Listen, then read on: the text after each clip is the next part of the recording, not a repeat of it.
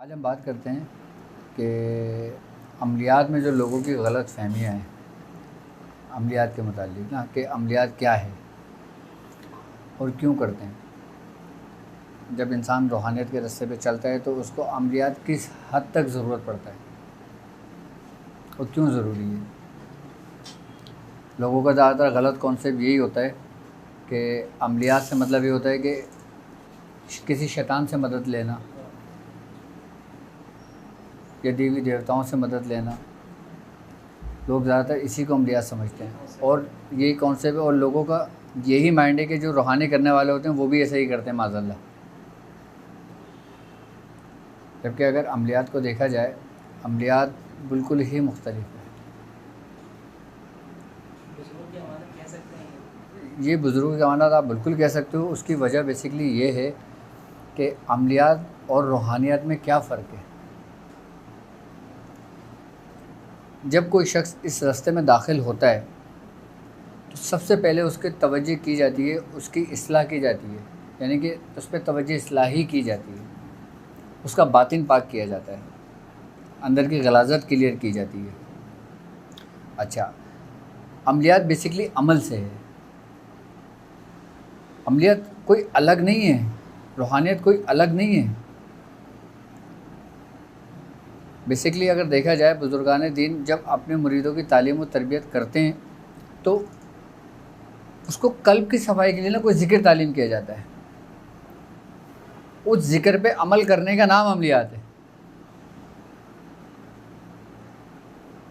अब जैसे मिसाल के तौर पे आपको मैंने सूरह इखलास दी, ठीक है, आपसे मैंने कहा कि आपने सूरह इखलास पढ़ना है और आपने इसको 40 दिन में 1.25 लाख करना है। आपने 40 दिन में उसको 1.25 लाख तो करी एक ख़ास तरीके के साथ। ख़ास तरीका क्या था कि आपने 1.25 लाख की तादाद को 40 दिन में डिवाइड कर दिया, तो एक दिन की तादाद हमारी बनती है 3125 मरतबा। अच्छा, आपने लवाज़मात के साथ, परहेज़ के साथ, एहतियात के साथ उसका अमल करा 40 दिन के अंदर, वह आपका अमल पूरा हुआ तो आप क्या कहलाएंगे? आमिल, यानी कि अमल करने वाला। ठीक है। अब जब इंसान अमल करता है तो उस दौरान अमल बेसिकली एक, जब हम ज़िक्र करते हैं ना तो ये एक तकरार करते हैं, हम तकरार ही कर रहे होते हैं ना, कुल हुवल्लाहु अहद, कुल हुवल्लाहु अहद, कुल हुवल्लाहु अहद। तो हर तकरार में ना एक हरारत पैदा होती है और वो जो हरारत है चिंगारी पकड़ती है और चिंगारी नूर है, यानी कि वो हमारे अंदर मुंतकिल होती है। अब जब हम इस अमल के रास्ते से गुज़र रहे होते हैं, हमें बहुत सारे मसाइल दरपेश होते हैं। आई बात समझ में? अब मिसाल के तौर पे अगर किसी के ऊपर कोई जिन्नात का साया आ जाता है, किसी के घर कोई मुतासिर हो जाता है, आपने ये चीज़ करी हुई है, आप जब उसको ये पढ़ के उस पर दम करते हो तो उसको फ़ायदा होता है, क्योंकि आप उस चीज़ के आमिल होते हो। अच्छा, बाज़ बुज़ुर्गान दीन ने बाकायदा अपनी किताबों में भी लिखा है और किस सूरत बामौक्कल भी पढ़ी जाती हैं, यानी कि मौक्कलान के साथ पढ़ी जाती हैं। अच्छा, अल्लाह तबारक ताला का जो कलाम है, आई बात समझ में, इसके महातेत मौक्कलान भी हैं, फरिश्ते भी हैं और इंसान को गुमराह करने के लिए शैतान भी हैं, शयातीन भी हैं। यानी कि कोई चीज़ हम जब पढ़ रहे होते हैं ना तो उसमें शयातीन की भी आमद होती है, उसमें मौक्कलान की तो बहुत बात की बात है, इसमें जिन्नातों की आमद होती है। आई बात समझ में? अब जब इसमें जिन्नात की आमद होती है, हम क्या समझते हैं कि किसी मौक्कलान की हाज़िरी हुई है या मौक्कलान की आमद हुई है, जबकि ऐसा नहीं होता। मौक्कलान इतनी आसानी के साथ नहीं आते, क्योंकि ये एक आला दर्जा है। जब इंसान कोई अमल कर रहा होता है तो सबसे पहले जिनकी आमद होती है ना वो शयातीन होते हैं। और कौन से शयातीन होते हैं? जिस जगह पे ये अमल किया जा रहा होता है ना, वहाँ के इर्द गिर्द जो शयातीन होते हैं, जो शयातीन जिन्नात होते हैं ना, वो आते हैं। वो किस लिए आते हैं? आपका जहन बटाने के लिए, आपका जहन डाइवर्ट करने के लिए, आपको गुमराह करने के लिए। आप जब एक रास्ते पे चल रहे हो ना तो सबसे पहले आपका दुश्मन कौन है? शैतान खुला दुश्मन है, जिसके बारे में कहा है कि इब्न आदम, हमने तुमसे ना कहा था कि शैतान को ना पूजना, वो तुम्हारा खुल्लम खुल्ला दुश्मन है। सूरह यासीन में है ना। तो ये शैतानों की आमद होती है बाकायदा, ये शयातीन आते हैं। अच्छा, अब तुम्हें इनसे कौन बचाता है, कौन महफूज रखता है? तुम्हारा उस्ताद, तुम्हारा शेख। क्योंकि वो कोई भी आके ये नहीं बताएगा मैं तुम्हें गुमराह करने के लिए आया हूँ। शैतान तुमको अपने तरीके से गुमराह करेगा, तुमको तुम्हारे तरीके से नहीं करेगा।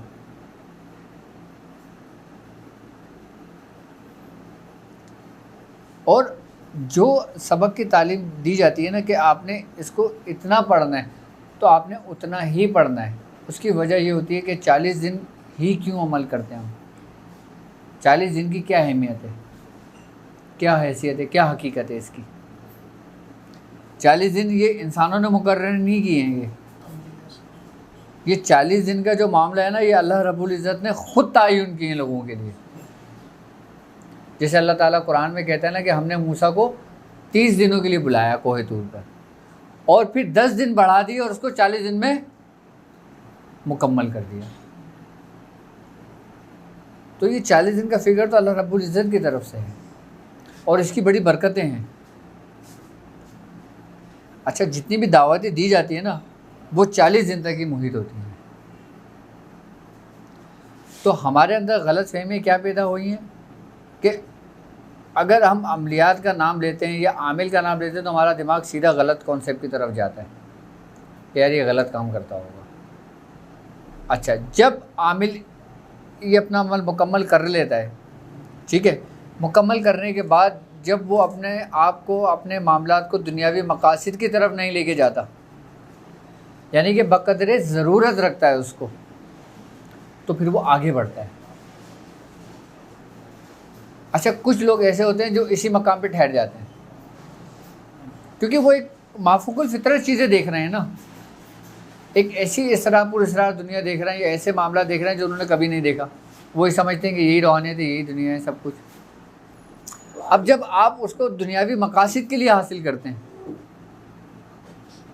क्या उसको दुनियावी मकासद के लिए हासिल करते हैं और दुनियावी मकासद में हासिल करने के साथ फिर आप दुनिया में मशगूल हो जाते हैं, तो फिर ये चीज़ें आपको उस मकाम से निकलने नहीं देती। अच्छा, अब अमलियात की भी इक़साम है। मैं जिसका जिक्र कर रहा हूँ ये कहते हैं अमलियात नूरी, क्योंकि कुरान की हर आयत, कुरान की हर इस्म एक नूर रखता है। जैसे कि मैंने पहले बताया था कि कुरान में 3 नूर हैं, 3 इक़साम के नूर, एक सिया। अच्छा, इसके अंदर ही इसरार इलाही पोशीदा है। अब जैसे हम सूरह इखलास पढ़ते हैं, आप सूरह इखलास को क्या समझते हैं? सूरह इखलास में ही सब कुछ महफूज है, पोशीदा है। अब जब कोई एक बंदा कहीं ख़जाना रखता है, ठीक है, उस जगह पे उसको डर होता है कि चोर भी आएगा, उस जगह डर होता है कि इंसान मुहफ़िज़ भी रखता है। अब एक दुनियावी मिसाल ले लो, आपके पास 2 पैसे अगर आ जाए, आपको सबसे पहले डर अपने घर वालों का होगा। आप क्या करेंगे? घर वालों की हिफाजत के लिए क्या रखेंगे? सिक्योरिटी रखेंगे, आप गार्ड रखेंगे, क्योंकि आपको पता है कि चोर कहीं ना कहीं कुछ ना कुछ नुकसान ना पहुंचा देंगे। और ये तो अल्लाह रब्बुल इज़्ज़त की अमानत है, तो क्या उस पर मुहाफ़िज़ नहीं होंगे? उस पर जो मुहाफ़िज़ है ना वो फ़रिश्ते हैं। फ़रिश्तों के बाद जो है ना वो ऐवान हैं, ऐवान के बाद जो है ना वो मौकलान हैं, मौकलान के बाद जो है ना वो सुरुक जिन्नात हैं, सुरुक जिन्नात के बाद जो है ना फिर वो शयातीन होते हैं कि जो अंदर दाखिल होने की कोशिश करते हैं, वो राज निकालने की कोशिश करते हैं जिससे लोगों को गुमराह कर सकें, लेकिन वो वहाँ तक नहीं पहुँच पाते। ये तो एक वो बात है ना कि एक ख़जाने की हिफाजत के लिए अल्लाह रब्बुल इज़्ज़त ने किस किस को मामूर किया हुआ है। अब जब इंसान कोई ख़जाने के करीब पहुँचने की कोशिश करता है, यानी कि उसके इसरार के करीब पहुँचने की कोशिश करता है, उसको हासिल करने की कोशिश करता है, आप कर रहे हैं, मैं कर रहा हूँ, ये कर रहे हैं, वो कर रहे हैं। अगर हम पढ़ाई कर रहे हैं तो किस लिए कर रहे हैं? अपने यार तक पहुँचने के लिए ना, उसके अजायबात को देखने के लिए ना। और जब हम अजायबात के करीब जाएंगे तो सबसे पहले हमारा पाला किससे बढ़ेगा? शैतान से, क्योंकि वो आपको कभी भी करीब नहीं आने देगा। क्यों? क्योंकि वो अल्लाह के राज और इसरार से वाकिफ़ है। उसको पता है कि अगर ये बंदा इसके करीब आ गया ना तो ये कामयाब हो गया। जी, अगर ये बंदा ने ये ख़जाना पा लिया तो ये वाकिफ़ हो गया इससे और ये कामयाब हो गया, तो मैं इसको कामयाब नहीं होने दूंगा, क्योंकि मैं तो दुश्मन हूँ ना। अच्छा, शैतान खुद नहीं आता, ये भी बड़ी कमाल की बात है। हम बोलते हैं ना शैतान बेगा गया, वो खुद नहीं आता, उसके बाद इतना टाइम नहीं है कि हम लोगों के पास आए। जो उसके पैरोकार होते हैं, जो शयातीन होते हैं, फिर वो आते हैं। अच्छा, अब वो कौन कौन हैं, आज इस पर बात करते हैं। मैं आपको बताता हूँ। जिस तरीके से मैंने बताया था कि 1 से लेकर 9 तक अदद हैं और हुर्फ हैं। क्या है? हुर्फ हैं। जैसे अलीफ, बा, जीम, दाल, ये सारी अलामतें ही हैं ना, और इन्हीं को इबारत को अगर मिलाएंगे तो कुरान पाक की आयतें बनती हैं, कुरान पाक की सूरतें बनती हैं। असल कमाल किस चीज़ का? असल इल्म क्या है? उन हुर्फों का। बेसिकली हुर्फ ही तजलियात इलाही हैं। इबारत तो एक मालूमात है, तुम्हारे समझाने के लिए है, लेकिन उसका भी पढ़ने का सवाब रखा गया है। असल जो इल्म है ना वो है इल्मुल हुरूफ। अब इल्मुल हुरूफ के अंदर ही जो ना इन तमाम मामलात को महफूज और पोशीदा किया गया है। अब इनके ऊपर जिन जिन की ड्यूटी लगाइए ना, मैं आपको वो समझाता हूँ। अल्लाह, अब इस्म अल्लाह के जो राज है ना, उसकी हिफाजत के लिए किसको मामूर किया गया है? जो फरिश्ते हैं उनको कहते हैं इसराफील।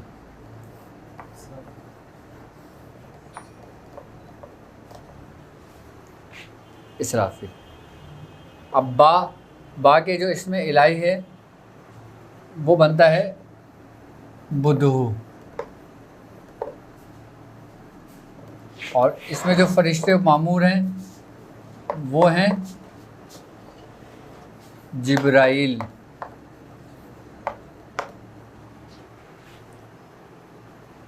बा के जो है इसमें बुदहू। ये 1 से लेके 9 के अदद, अभी जो हमारा चैप्टर चल रहा है ना 15 के नक्श का, मैं उसकी तरतीब आपको समझा रहा हूँ। अच्छा, ये भी अमलियात में ही आता है। आपने 10 नक्श नहीं लिखना, 10 नक्शों पर रियाजत ही नहीं करनी है, आपने सिर्फ एक नक्श पे रियाजत करनी है, और एक नक्श पे इतनी रियाजत कर लो कि आपको दूसरे नक्श की ज़रूरत ही नहीं पड़े। सिर्फ एक नक्श पे कर लो, और एक नक्श के ही अगर आपके ऊपर इसरार खुल जाए ना तो आपको किसी दूसरे नक्शों की ज़रूरत है ही नहीं, क्योंकि यही कुल कायनात है। 1 से लेकर 9 तक जो अदद है ना, पूरी कायनात के राज इसी के गिर्द घूमते हैं, इसी के मातहत हैं सब कुछ। अभी इसमें मैं फरिश्तों को बता रहा हूँ, मौक्कलान का भी बता दूंगा, मौक्कलान के बाद ऐवान, और फिर सुरुख जिन्नात, इन सब के मैं आपको तरतीबार आपको समझा देता हूँ आसानी के साथ कि समझ में आ जाए। अब ये इस्म क्या चल रहा है? अलीफ, बा, जीम। जीम का है जामे। क्या है? और इसका फरिश्ता कौन है?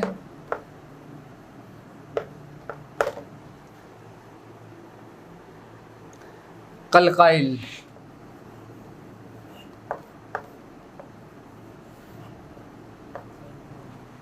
कलकाइल, ये फरिश्ते हैं, इसराफील, जिब्राइल, कलकाइल।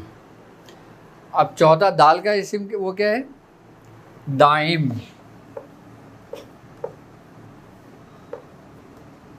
और इनके फरिश्ता क्या है?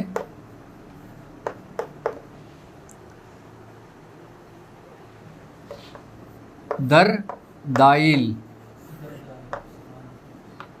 ये दरदाइल है। ये मैं इसलिए लिख रहा हूँ ताकि जो लोग देख रहे होंगे वो भी आसानी के साथ समझ लेंगे, और जो लोग यहाँ मौजूद हैं वो भी समझ लेंगे आसानी के साथ, ठीक है। बाकी तुम इसकी PDF फॉर्म बना के वो भी डिस्क्रिप्शन में डाल देना ताकि लोगों को ये समझ में आ जाए पूरा आसानी के साथ, ठीक है। अब वाव का क्या है, अलिफ बा जीम दाल,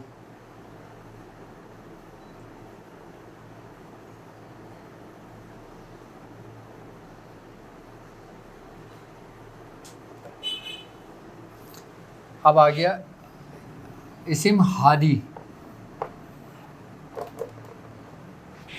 पांचवा हाय, आप लोग देख भी नहीं रहे हो अब, है पांचवा है वाओ,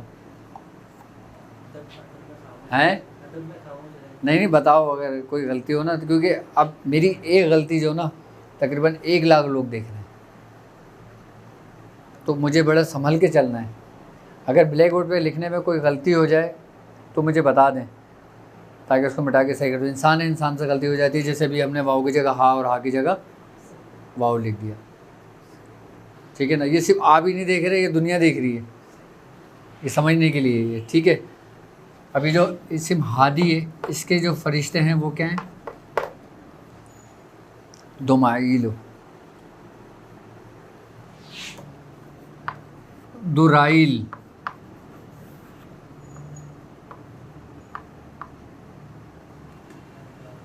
क्या है फरिश्ता, दुराइल, दाल वाव रे अलिफ और हमज़ा ये और लाम, दुराइल, ठीक है। और वाव इस्म जो है ये है वकील, वकील के जो फरिश्ते हैं उनका क्या नाम है, रफ्तमाइल, रे फे ते रफ्तमाइल वाव, ठीक है। और वाव के बाद क्या है, वाव के बाद क्या है, जा के क्या है, शरफाइल, इसम होगा ज़की,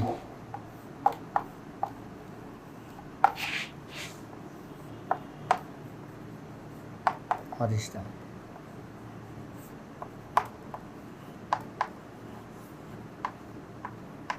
शरफाइल। इज़ा का क्या है, ज़की, हम इसके आगे या लगाएंगे, या ज़की, या वकील, या हादी, या दाइम, या जामे, या बदू और या अल्लाह। अलिफ बा जीम दाल हा वाव और जा, ठीक है। ये इसमें इलाही हैं, ये ख़जाने हैं, ठीक है। इन ख़जाने के ऊपर जिनकी ड्यूटीज़ लगी हुई है वो ये फ़रिश्ते हैं, ठीक है। इन फरिश्तों के बाद किसकी ड्यूटी लगी है वो मैं इसके बाद बताता हूँ, ठीक है। अब हम इन ख़जानों तक कैसे पहुँचेंगे, पहले मैं ये बता दूँ ताकि ये समझने में आसानी हो जाए और उसके बाद वो कर लेता हूँ मैं। एक चीज़ है कि हाँ। जिस तरह आप नाम अल्लाह के तजवीज़ कर रहे सारे अल्लाह हाँ। जामे नाम, इसमें या बुदूह का जो नाम है, हाँ। इसको इतना मख्फी क्यों रखा गया है, जैसे मख्फी तौर पर जो है वो ये नाम पढ़ने में नहीं आता कहीं, वो इसलिए मख्फी रखा गया है कि इन हुर्फ़ों का ताल्लुक़ जुफ़ से है, और जुफ़ में जो आंसर है ना वो है खैर का, ठीक है, आई बात समझ, यानी कि भलाई का। और बे दाल वाव और है, ये 4 अनासिर हैं, ठीक है। और इन्हीं 4 अनासिर में आतशी, बादी, आबी और खाकी हैं। ये चारों अनासरों की क़ुव्वत लेके बैठे हुए हैं अपने अंदर, इसलिए इसको महफूज रखा गया है। आ गई बात समझ में, क्या रह गया था, हाँ ना, हाँ और तौ रह गया था, ठीक है। आ का जो इसमें इलाही है वो है या, क्या पढ़ेंगे मुफ्ती साहब, या हकीम। इसका फरिश्ता कौन है, ते नून काफ फे ये और लाम, ये आ गया तनकफील, ठीक है। अब तोए का क्या है,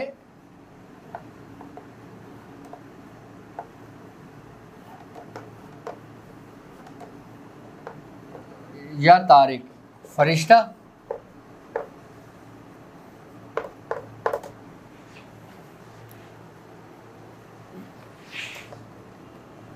या इस्माइलु,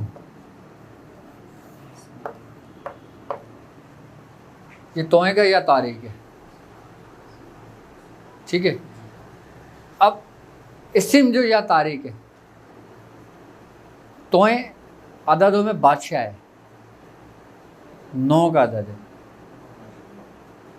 यानी कि ये 1 से लेकर 9 तक जो अदद है ना, ये इन तमाम कुव्वतों का मजमुआ है। ये वो तोएं हैं कि जिसने 1 से लेकर 8 के अदद तक अपने अंदर खा लिया है, अपने अंदर जब्त कर लिया, अपने अंदर सल्ब कर लिया, सारी कुव्वतों को एक जगह जमा कर लिया है इसने। अब हम इसके ऐवान की बात करते हैं। क्या फरिश्तों के बाद इनके मुहाफिज कौन है? ऐवान। ऐवान के बाद कौन है? मोकलान। मोकलान के बाद कौन है? सुरुख। सुरुख जिन्नात कौन है? सुरुख जिन्नात के बाद कौन है? शयातीन। ऐवान, मोकलान, सुरुख जिन्नात और शयातीन। रास क्या है? इस्म अल्लाह। उसके मुहाफिज कौन है? इसराफील। इसराफील के बाद कौन है? ऐवान। ऐवान के बाद कौन है? मोकलान के बाद कौन है? अच्छा, सुरुख जिन्नात के बारे में पहले मैं बताऊँ आपको। सुरुख जिन्नात जिन्नातों की एक आला नस्ल है, और जिस तरीके से मलाइका में अल्लाह रब्बुल इज़्ज़त ने जिब्राइल अलैहिस्सलाम, मिकाइल अलैहिस्सलाम, इसराफील अलैहिस्सलाम, इज़राइल अलैहिस्सलाम को जो मकाम और जो मर्तबा दिया है ना, वो किसी और मलाइका का नहीं है। इसी तरीके से जिन्नातों में जो सुरुख जिन्नातों का अल्लाह ने मकाम और मर्तबा और जो क़ुव्वत अदा की है, वो आम जिन्नात में नहीं है, ठीक है। अच्छा, अगर हम जिन्नातों की अगर बात करते हैं ना, तो जिन्नातों के भी 7 सल्तनतें हैं। कितनी हैं? 7 सल्तनतें हैं। और 7 सल्तनतें जो है ना, वो कौन कौन सी हैं? अबरसा, सबरसा, सारसा, सईसा, अखनूसा, खनसारसा बिन सासा। अल्लाह ताला ने इस कौम जिन को 7 सल्तनतों में तकसीम कर दिया। जिस तरीके से इंसानों के कबाइल है ना, इंसानों को तकसीम किया है, इसी तरीके से जिन्नातों को तकसीम कर दिया। अच्छा, अब जो ये सल्तनतें हैं, इनके जो बादशाह हैं ना, इनके जो पूरे जो लश्कर और जो सफ़े हैं, उनके ऊपर एक सुर्ख जिन्नात की ड्यूटी है जो पूरी सल्तनत को देखता है, यानी कि इनके ऊपर भी ड्यूटियाँ लगी हुई हैं। सुर्ख जिन्नात का काम ये होता है। और सुर्ख जिन्नात जो होता है ना, ये बेपनाह ताकत का मालिक होता है।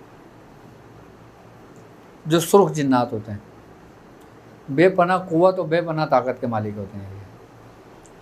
अभी हम बात कर रहे हैं 1 से लेकर 9 के अदद तक, क्योंकि अभी हमारा सारी जो क्लास है ना, ये सब 1 से लेकर 9 के अदद के ही माहतेत हैं, 1 से लेकर 9 तक के। अभी हम आज इसी पे निश्चित कर रहे हैं, इससे हट के कोई बात नहीं कर रहे हैं हम। अब ऐवान क्या हैं?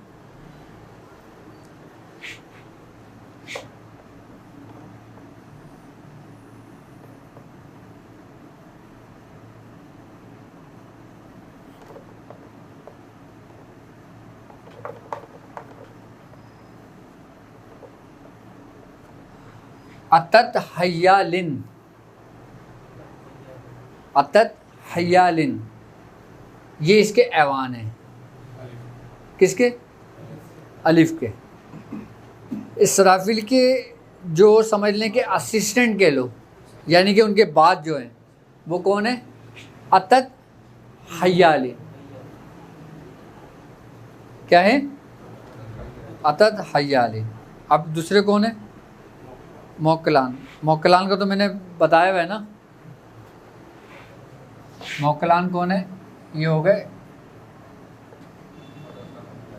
अतत हय्याइलू।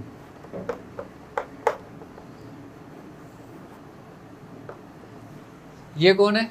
इसके मोकलान। अभी अलिफ की बात चल रही है, इसी अलिफ की बात चल रही है अभी, क्योंकि ब्लैक बोर्ड छोटा है, पूरा समझ में नहीं आएगा, सिर्फ अलिफ के ऊपर रहते हैं हम, ठीक है। अतत हय्यालिन आ गया, और मौकलान कौन है इसके? अतत हय्याइलु, जिसका मैंने जिक्र किया है पहले वीडियो में। ठीक है। अच्छा, अब जैसे मिसाल के तौर पे हम अतत हय्यालिन की बात करते हैं। अतत हय्यालिन जो ना, ये 111 सफ़े के सरदार हैं, बादशाह हैं। कितने? 111 सफ़े हैं, उसके बादशाह हैं ये, और हर उसमें 111 सरदार हैं जो उसके मातेहत हैं।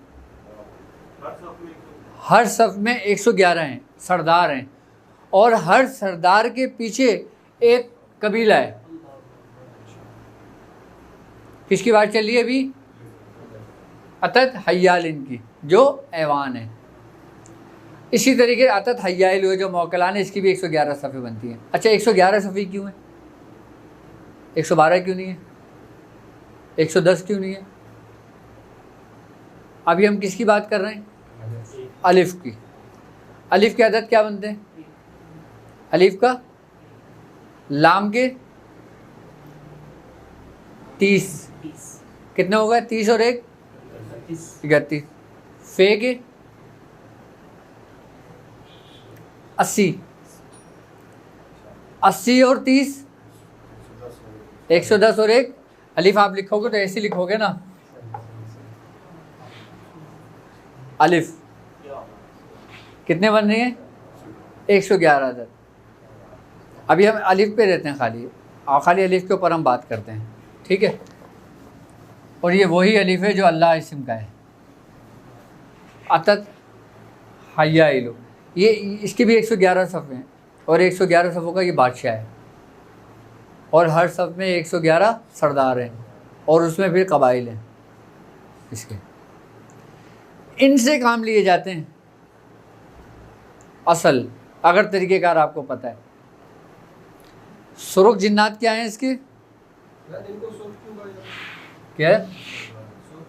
सुरुख जिन्नात इसलिए कहा जाता है कि ये बेपनाह क़ुव्वत के मालिक हैं। आग के कितने रंग हैं? 7 रंगों की आग है। ये वो आग है जो सुर्ख रंग की आग थी, जिसमें धुआं नहीं था। अल्लाह ताला कहते हैं ना कि हमने जिनको पैदा किया उस धुएं थे जिसमें, उस आग में जिसमें धुआं नहीं था। ये वो सुर्ख आग थी। कहते हैं कि सुर्ख जिन्नात अगर किसी जगह पे इसका कदम पड़ जाए तो इसके बारे में कहते हैं कि क़यामत तक उस जगह पे घास नहीं उगती। क्या नहीं उगती? कितने बेपनाह क़ुव्वत का मालिक होगा। अब लोग इनको हाजिर करने के बोलते हैं कि हम इसके आमिल हैं। अलिफ का आमिल होना कोई आसान नहीं है। ज़िंदगी में गुजर जाती हैं सिर्फ इन चीज़ों को समझने के लिए, और ये वो चीज़ें जो आपको किताबों में भी नहीं मिलेंगी कि कौन किसके माथे चल रहा है। ये पूरी अभी अलिफ की पूरी सीरीज़ चल रही है। इसके जो सुरुख जिन्नात हैं वो कौन है?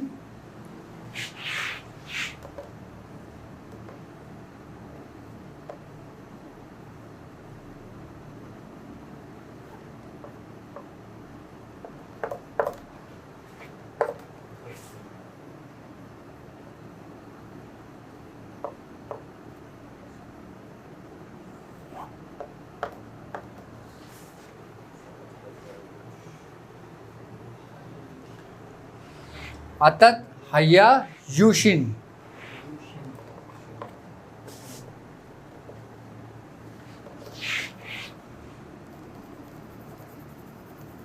ये है और ये वाव है, यू शिन।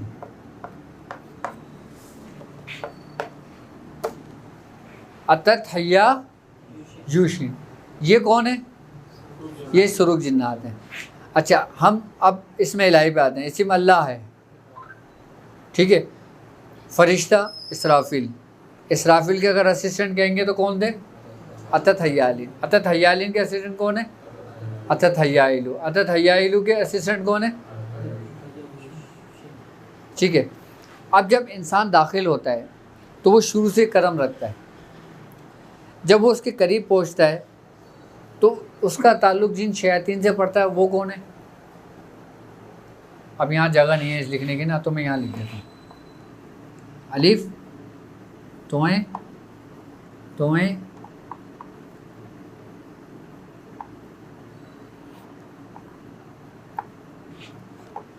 अतत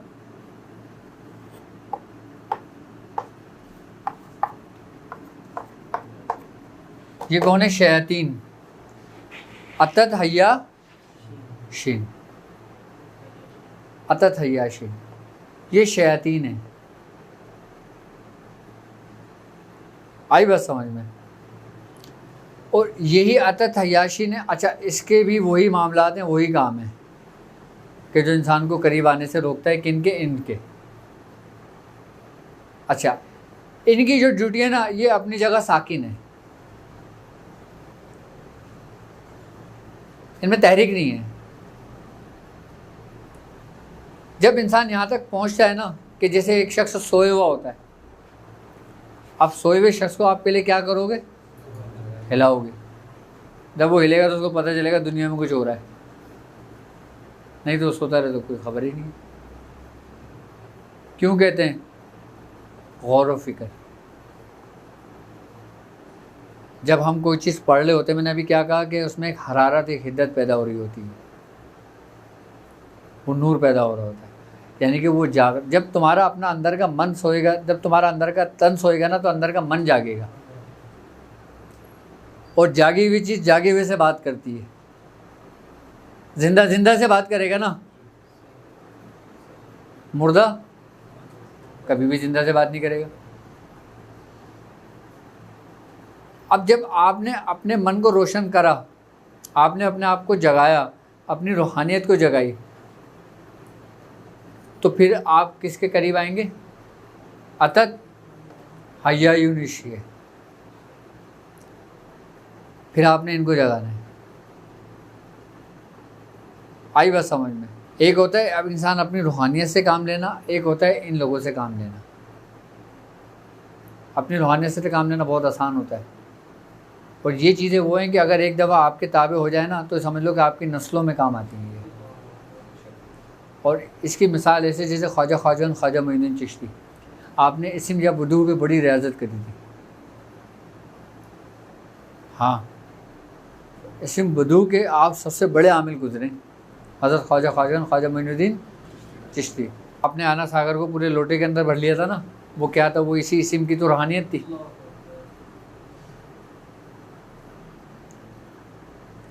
तो आज भी, बल्कि क़यामत तक उनका नाम रहेगा और उनकी औलादे इससे मुस्तफ़ीज़ होंगे। सिर्फ किस लिए? ये जो बातें हैं ना, ये बहुत एंड की हैं, बहुत आगे की हैं। अगर आमिलों में भी अगर कोई सबसे बड़ा कामिल होता है ना, वो सिर्फ अपनी रूहानियत तक रहता है। कहाँ तक रहता है? अपनी रूहानियत तक रहता है, इससे आगे नहीं बढ़ता, क्योंकि इसको आगे बढ़ने की हाजत पेश नहीं आती। क्यों? क्योंकि उसके सारे काम अंदर ही हो रहे होते हैं, उसको ज़रूरत ही नहीं पड़ती।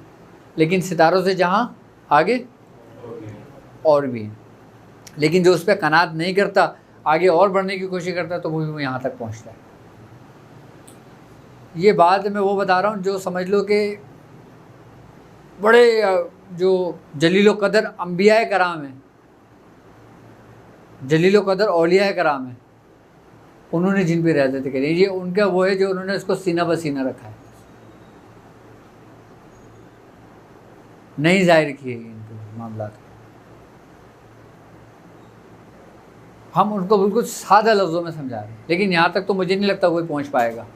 इंसान अपनी रूहानियत तक रहेगा, क्योंकि ये जो है ना, ये अतत हयाशीन जो, ये शैतान जो है, शयातीन जो है, ये इंसान को नहीं आगे बढ़ने देती। अच्छा, इसका और अहले हनूस का जो तरीक़ेकार था वो बिल्कुल सेम है। अब अलिफ इसी में हिंदी ज़बान में नहीं है क्या? अच्छा, अलिफ हिंदू नहीं पढ़ेगा, यहूदी नहीं बोलेगा, ईसाई नहीं बोलेगा, बोलेगा ना। और अगर उसका गुरु होगा, वो उसको रियाज़त भी कराएगा, तो किस पे कराएगा? अलिफ पे ही कराएगा ना।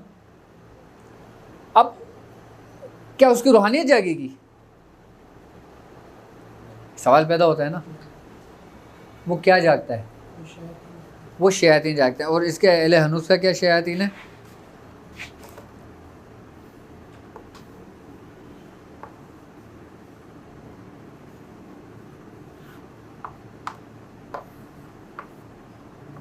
अतत हय्याला, ये अहले हनूस का बता रहा हूँ मैं आपको, जिसको अगर हम याद कहोगे तो कोई वो हर्ज नहीं है। अब हिंदू, गैर मुस्लिम, कोई भी शख्स जो मुसलमान नहीं है, वो अगर अलीफ के ऊपर रियाजत करता है, उसके गुरु उसको तरीक़ेकार, अच्छा ये हिंदुओं में बहुत है अलीफ का, बड़ी बड़ी रियाजतें हैं हिंदुओं की इसी अलीफ पर खाली, हाँ, और बड़ी कामिल रियाजत है। मियाँ हुज़ूर बताते हैं एक शख्स की उसने मुलाकात हुई, वो शख्स 12 साल एक मूर्ति के आगे खड़ा रहा था, एक पाँव अपना इस पाँव पे रखकर 12 साल खड़ा रहा था एक मूर्ति के आगे, और उसने रियाजत करी थी बाकायदा हुरूफ इस्म अलीफ पर। मुसलमान नहीं था वो। और मैं बताते हैं उसका कमाल ये था कि वो बैठे बैठे अपनी निशित से हवा में मोहल्ली को जाया करता था।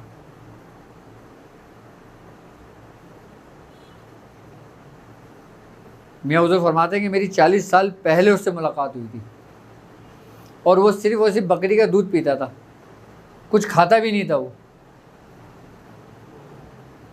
अच्छा अब मैं बताऊं, अहले हनूस जो ना, जब अलिफ के ऊपर या कोई गैर मज़ाहिब के लोग दायरा करते हैं, उनके ऊपर ये दो चीज़ें जागती हैं, अतत हय्याला और अतहयाशिन, ये शैतान शयातीन है। ये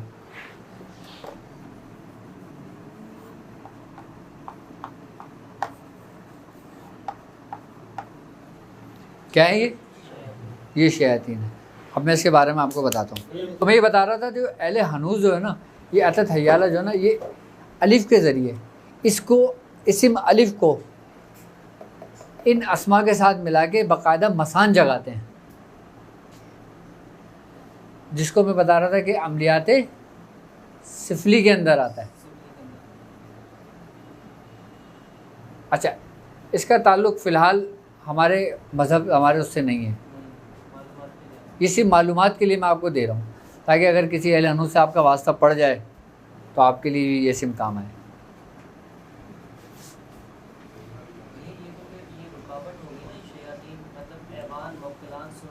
हाँ, ये इनके बाद इनकी ये शयातीन फिर इनके साथ कैसे समझते हैं कि रहते नहीं हैं, रुकावट है ये, इसके बाद ये एक रास्ता है। अच्छा, रास्ते में सबसे पहले ये, रास्ते में सबसे पहले आपके मध्य मुकाबले यही आएगा, अतत हय्याशिन आएगा। ठीक है, अगर आपने इस मंजिल से निकल गए, अच्छा बाज़ों का पता क्या होता है, ये भी आते हैं ना तो ये बड़े नेक और पारसा बन के आएंगे, शुरू में आपके बड़े काम करेंगे। इनके जो पैरोकार हैं ना, वो सारे शयातीन होते हैं जो वहाँ के निचले दर्जे के, निचले तबके के, आलम असफल के। अच्छा, इनका ताल्लुक़ अमलियात सफली से होता है। आई बात समझ में? सफली के अंदर बाकायदा इनसे मददें ली जाती हैं। एक सिफली, अमलियात सिफली एक वो है कि जिसके अंदर देवी देवताओं से मदद ली जाती है, शयातीन से मदद ली जाती है। आई बात समझ में? जिसमें शिर्क का अंसर पाया जाता है, जिसमें शिर्क का खर्चा होता है। शैतान को खुश करने के लिए, राज़ी करने के लिए क्या करते हैं? यही करते हैं ना, वो अमलियात सिफली में आ जाता है। वो हराम है, उसके बारे में कहा गया है कि वो जादू है।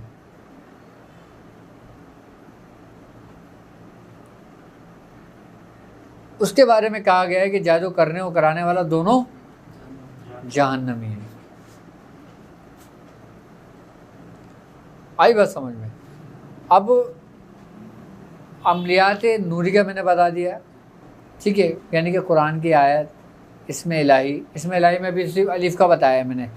अब बाजी में इंशाल्लाह फिर नेक्स्ट वीडियो में आपको बताऊंगा उसका, ठीक है। मैं वही बता रहा हूँ, अमलियात नूरी तो वो आ गया जो आपने कुरान पाक की आयत का अमल करा, और उसके ज़रिए आपने काम लेना शुरू करा, और फिर आपने हाज़िरियाँ की, जिन्नात की मौके। वो हाज़िरियों की बात नहीं कर रहा कि वो किसी को बिठा लिया और उसके ऊपर जिन आ गया और वो शोर शराबा मच रहा है, वो ज़ोर ज़ोर से पढ़ रहे हैं। ये वाली हाज़िरियाँ नहीं है। ये वाली हाज़िरियाँ है कि जिसको नाम लेके बुलाओगे तो वही हाज़िर होगा। अब जैसे मैं उबैद को बुलाऊंगा तो उबैद ही आएगा ना, नवीर तो नहीं आएगा ना। मैं उन हाज़िरियों की बात कर रहा हूँ। अब है अमलियात अलवी। अमलियात अलवी क्या है? आपने देखा होगा बाज़ लोग कोई कड़े पढ़ रहे होते हैं, कोई मुंदरा पढ़ रहा होता है, कोई चौकी पढ़ रहा होता है। अच्छा, ये वो होते हैं जो बुजुर्गान दिन से मंसूब होती हैं। इसमें शिर्क का अंसर नहीं होता। हाँ, इसमें शिर्क का अंसर नहीं होता। इसमें आप शिर्क नहीं कर रहे होते। आप कोई ऐसी चीज़ पढ़ रहे होते हो कि जैसे एक वाक़या मैंने सुना था, एक हदीस है, एक सहाबी रसूल सरकार सल्लल्लाहु अलैहि वसल्लम की खिदमत में आया, कहने लगे या रसूल अल्लाह, फ़लाँ शख्स है वो किसी पे दम करता है पढ़ के तो उसको शिफा हो जाती है, कि फ़लाँ शख्स नज़र उतारता है और वो कुछ पढ़ता है वो तो शिफा हो जाती है। तो सरकार दो आलम सल्लल्लाहु अलैहि वसल्लम ने उस शख्स को बुलाया और बुला के पूछा कि तुम क्या कलमात पढ़ते हो? उसने वो कलमात दोहराए। आपने वो कलमात सुने और सुनने के बाद आपने क्या कहा कि इसमें कोई ऐसे शिरकिया कलमात नहीं है, तो तुम्हारी मर्ज़ी है कि तुम चाहो तो इसको पढ़ लो और चाहो तो इसको तर्क कर दो। अगर मना करना होता तो सरकार दो आलम सल्लम उस वक्त मना कर देते कि नहीं अभी हरगिज़ ना पढ़ना, अब सिर्फ ये पढ़ना। लेकिन आपने उस वक्त उनको मना नहीं फरमाया। मना किस चीज़ को किया था? शिरकिया कलमात। अच्छा, तावीज़, वो शिर्क, तावीज़ हराम किसको कहा गया? लोग समझते हैं कि हर तावीज़ ही हराम है। अब लोगों से पूछोगे आप तावीज़ पहन लेंगे, वो बोलेंगे हज़रत तावीज़ पहनना तो शिर्क है। तो मैंने उनसे कहा शिर्क कैसे, आप मुझे बताएं। कह रहे नहीं, इसमें कुफरिया कलमात लिखे हुए होते। मैंने तुमने खोल के देखें? नबी करीम सल्लल्लाहु अलैहि वसल्लम की हदीस है, आपने फरमाया कि जो शख्स जो आयत या जो तावीज़ लिखकर अपने गले में डालता है तो अल्लाह उसको उसके सुपर्द कर देता है। अगर तुम आयतल कुर्सी लिख के अपने गले में डालते हो तो अल्लाह ने तुम्हें किसके सुपर्द कर देना है? तो कहाँ शिर्क आ गया? हाँ, अगर आप देवी देवताओं के नाम लिखकर आप गले में डालते हो तो फिर आपको किसके सुपर्द कर देगा? उन्हीं शयातीन के पीछे। एक दिन वो आपको आपके जैसा बना देंगे।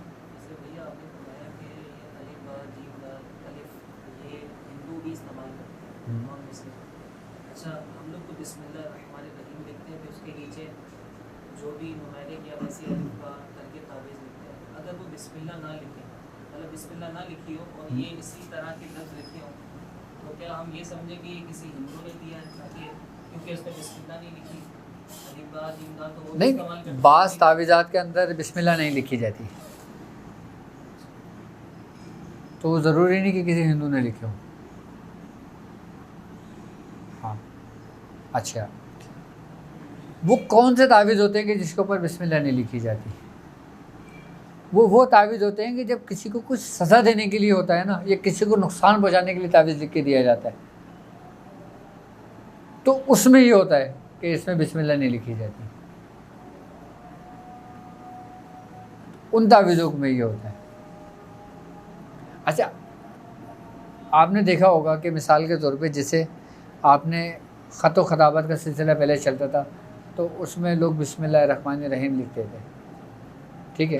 अच्छा, फिर बाद में उनको ये हुआ कि यार ये जो ख़त दूसरे ममालिक में भेज रहा हूँ तो ये पता नहीं किस यहूदी के हाथ में लगे, काफिर के हाथ लगे, या किसी नपा उसका डर हो, बेदबी का डर हो, तो इसलिए वो पूरा बिस्मिल्लाहिर्रहमानिर्रहीम नहीं लिखते थे, उससे 786 लिख दिया करते थे, पूरी बिस्मिल्लाह नहीं लिखते थे। तो ये सिलसिला वहाँ से चला था, जो 706, वरना पहले बिस्मिल्लाह लिखी जाती थी। अब मिसाल के तौर पर आपके गले में अगर बिस्मिल्लाहिर्रहमानिर्रहीम लिख कर डाल दिया जाए और आपको डर हो कि यार इसकी बेइज्जती होगी, तो आप गुनहगार होगे ना। अगर 786 लिख के डाल दिया जाए। हर चीज़ आपकी नीयतों के ऊपर डिपेंड कर रही होती है, हर चीज़ आपकी नीयत के ऊपर डिपेंड कर रही होती है। आप जिस नीयत से जैसा तावीज़ लिखोगे ना, उसके असरात वैसे ही आप पर मुरतब होंगे, बिल्कुल वैसे ही मुरतब होंगे जैसे आप लिख रहे होंगे। इसमें नियत का दारोमदार इसलिए क्योंकि उसकी कोई तासीर हमारे अंदर जाग गई या हमारी लिखने से ऐसा होता है? लिखने से तो तासीर पैदा होती है, लेकिन मैं आपको ये बताऊँ, आपकी किस्मत जो है ना, वो आपकी नीयत की मोहताज है। नीयत के अंदर खोट आ जाती है तो बड़ी बड़ी किस्मतें गिर जाती हैं, और नीयत में अगर खोट ना हो तो बड़ी बड़ी किस्मतें बदल जाती हैं।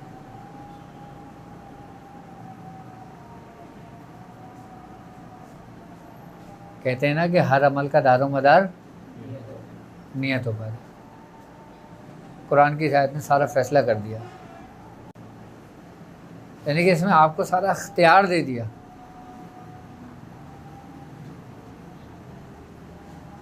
कि अब आप किस नीयत से क्या काम करेंगे, क्या कर रहे हैं, ये आप और ये आपके रब का मामला है,